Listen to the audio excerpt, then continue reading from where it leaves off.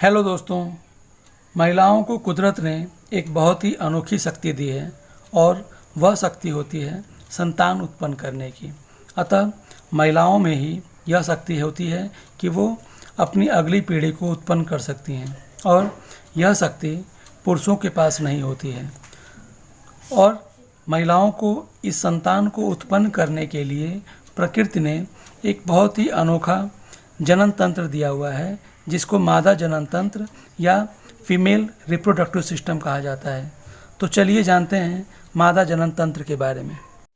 दोस्तों, मनुष्य के मादा जनन तंत्र यानी फीमेल रिप्रोडक्टिव सिस्टम में वैसे तो कई सारे भाग होते हैं, लेकिन जो सबसे इम्पॉर्टेंट भाग होते हैं उनके नाम कुछ इस प्रकार हैं। जैसे सबसे पहले नंबर पे आती है अंडाशय, जिसको इंग्लिश में ओवरी कहा जाता है, और मादा जनन तंत्र में इनकी संख्या कुल 2 होती है। इसके अलावा फैलोपियन नलिका होती हैं, जिसको फैलोपियन ट्यूब कहते हैं। इसके अलावा एक इम्पॉर्टेंट भाग गर्भाशय होता है, जिसको यूट्रस कहते हैं। इसके अलावा सर्विक्स और योनि, जिसको वेजाइना कहा जाता है। दोस्तों, मादा जनन तंत्र के सभी अंगों के नाम तो आपने जान लिए, अब उनकी स्थिति को जानते हैं। जैसे इस चित्र में देखिए, यह है मादा जनन तंत्र के अंडाशय यानी ओवरी। जैसा कि आपको पहले ही बताया गया है कि इन अंडाशयों की संख्या मादा जनन तंत्र में कुल 2 होती हैं, जिसमें एक लेफ्ट की तरफ होती है और दूसरी राइट की तरफ होती है, अर्थात कुल 2 अंडाशय पाए जाते हैं। दोस्तों, इन अंडाशयों के पास ही एक फनल शेप की आकृति पाई जाती है, जिसमें कुछ फिंगर लाइक प्रोजेक्शंस यानी उंगलियों की तरह की संरचनाएं पाई जाती हैं, जिनको फिम्बरी कहा जाता है। ये फिम्बरी दोनों अंडाशयों से जुड़ी होती हैं। दोस्तों, ये फिम्बरी एक ट्यूब का पार्ट होती हैं, जिस ट्यूब को फैलोपियन ट्यूब या फैलोपियन नलिका कहा जाता है। ये फैलोपियन नलिका दोनों अंडाशयों से निकलकर और गर्भाशय की तरफ जाती हैं। दोनों तरफ की फैलोपियन ट्यूब्स जहाँ पर आपस में जाकर मिलती हैं, उस जगह को फंडस कहा जाता है, और यह फंडस यूट्रस का सबसे ऊपरी सिरा होता है। मादा जनन तंत्र की दोनों फैलोपियन ट्यूब्स जाकर एक नाशपाती के आकार की संरचना, जिसको यूट्रस कहा जाता है, में जाकर खुलती हैं, और यह यूट्रस यानी गर्भाशय मादा जनन तंत्र का एक इम्पॉर्टेंट भाग होता है, जिसमें एक शिशु का विकास होता है और उसमें ही शिशु रहकर अपना जीवन काल पूरा करता है और डेवलपमेंट करता है। यह गर्भाशय वैसे तो बहुत चौड़ा होता है, लेकिन नीचे की तरफ यह बहुत सकरा यानी नैरो हो जाता है, और गर्भाशय के इस सकरे या नैरो भाग को ही सर्विक्स कहा जाता है। गर्भाशय सर्विक्स के रास्ते एक चौड़ी नलिकाकार एक संरचना में खुलता है। इस चौड़ी नलिकाकार संरचना को योनि या वेजाइना कहा जाता है। यही योनि मादा जनन तंत्र का एक ऐसा भाग होता है, जिसके ही रास्ते मादा जनन तंत्र में शुक्राणु प्रवेश करते हैं। अब इस चित्र को ध्यान से देखिए।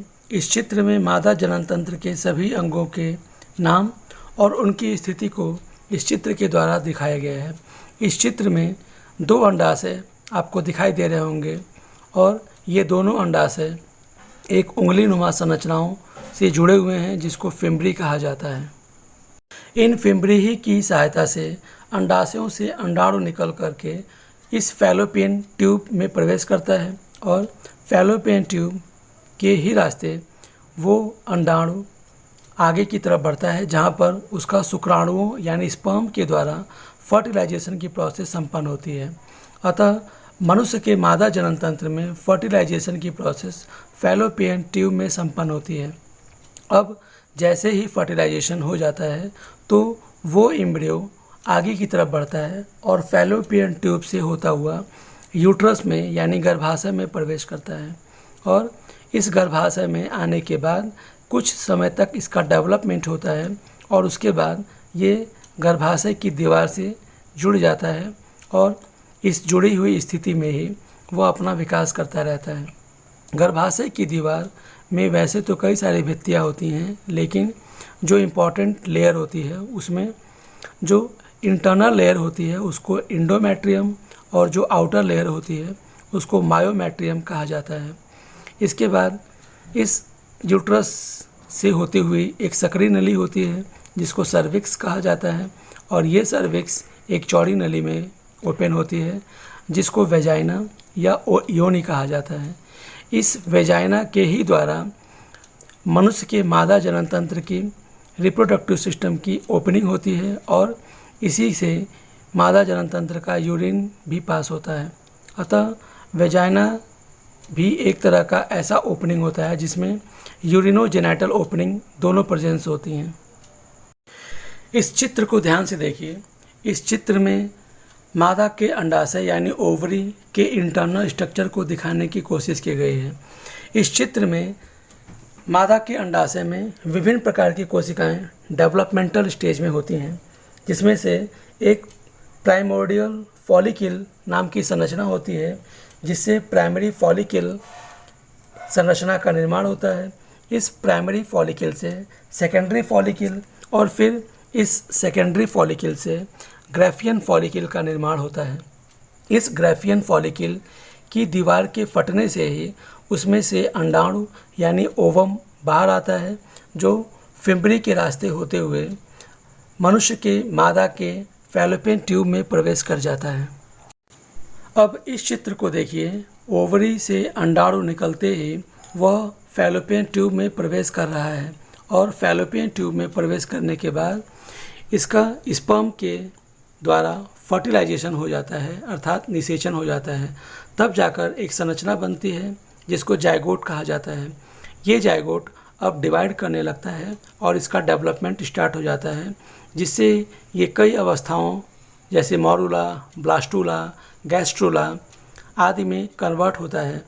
और जैसे ही ये ब्लास्टोसिस्ट अवस्था में आता है तो ये यूट्रस में पहुंच जाता है और यूट्रस की दीवार के साथ इसका इम्प्लांटेशन यानी अटैचमेंट हो जाता है और यहीं पर इसका डेवलपमेंट होता रहता है। यूट्रस की दीवार से अटैचमेंट होते ही इसका डेवलपमेंट होता है और ये एम्ब्रियो धीरे धीरे डेवलप करते करते लगभग 9 महीने या लगभग 270 दिनों तक डेवलपमेंट करने के बाद एक स्मॉल बेबी में डेवलप कर जाता है और फिर इसका बर्थ होता है। अर्थात 9 महीने के डेवलपमेंटल स्टेज के बाद यूट्रस के रास्ते से इसका जन्म की प्रक्रिया यानी डिलीवरी होता है और फिर लास्ट में जा कर के इसका जन्म हो जाता है और यह अपने माँ के शरीर से बाहर आ जाता है।